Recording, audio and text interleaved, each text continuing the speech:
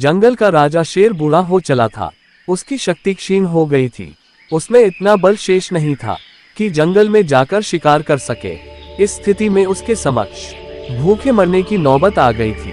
एक दिन अपनी गुफा में बैठा भूखा शेर सोचने लगा कि यदि यही स्थिति रही तो उसकी मृत्यु निकट है। उसे कोई न कोई उपाय सोचना होगा ताकि बैठे बिठाए ही भोजन की व्यवस्था हो जाए। वह सोचने लगा और कुछ ही देर में उसे एक उपाय सूझ गया। एक चिड़िया की सहायता से उसने पूरे जंगल में अपने बीमार होने की खबर फैला दी। जंगल के राजा शेर के बीमार होने की खबर सुनकर जंगल के जानवर उसका हाल चाल पूछने उसके पास पहुंचने लगे। शेर इसी ताक में था। जैसे ही कोई जानवर उससे मिलने गुफा में प्रवेश करता वह उसे दबोचकर मार डालता और छककर उसका मांस खाता।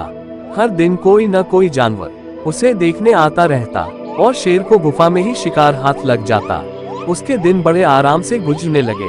अब उसे भोजन के लिए जंगल में भटकने की आवश्यकता नहीं रह गई थी। बिना मेहनत के उसे अपनी ही गुफा में भरपेट भोजन मिलने लगा था। कुछ ही दिनों में वह अच्छा मोटा हो गया। एक सुबह एक लोमड़ी उसे देखने आई।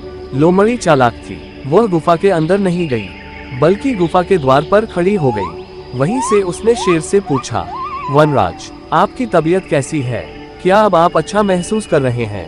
कौन हो मित्र? अंदर तो आओ। मैं बीमार बूढ़ा शेर बाहर तक तुमसे मिलने नहीं आ सकता। मेरी दृष्टि भी कमजोर है। मैं तुम्हें यहाँ से ठीक से देख भी नहीं सकता। आओ मेरे पास आओ, मुझसे आखिरी बार मिल लो। मैं कुछ ही दिनों का मेहमान हूँ। शेर ने फुसलाकर लोमड़ी को गुफा के अंदर बुलाने का प्रयत्न किया। शेर के बोलते समय लोमड़ी बड़े ही ध्यान से गुफा के आसपास का नजारा ले रही थी। शेर की बात खत्म होते ही वह बोली, वनराज, मुझे क्षमा करें, मैं अंदर नहीं आ सकती। आपकी गुफा में अंदर जाते हुए जानवरों के पैरों के निशान तो हैं, किंतु बाहर आते हुए नहीं। इसका अर्थ मैं समझ गई हूँ। सब कुछ जानते बूझते हुए भी यदि मैं अंदर आ गई तो उस जानवरों की तरह मारी जाऊंगी जिनके पैरों के ये निशान हैं। इसलिए मैं जा रही हूँ। लोमड़ी ने जंगल में जाकर बूढ़े शेर की करतूत सभी जानवरों को बता दी।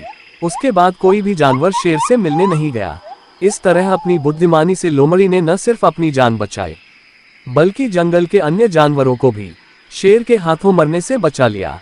सीख, बुद्धिमान व्यक्ति दूसरों की गलतियों से सबक लेते हैं।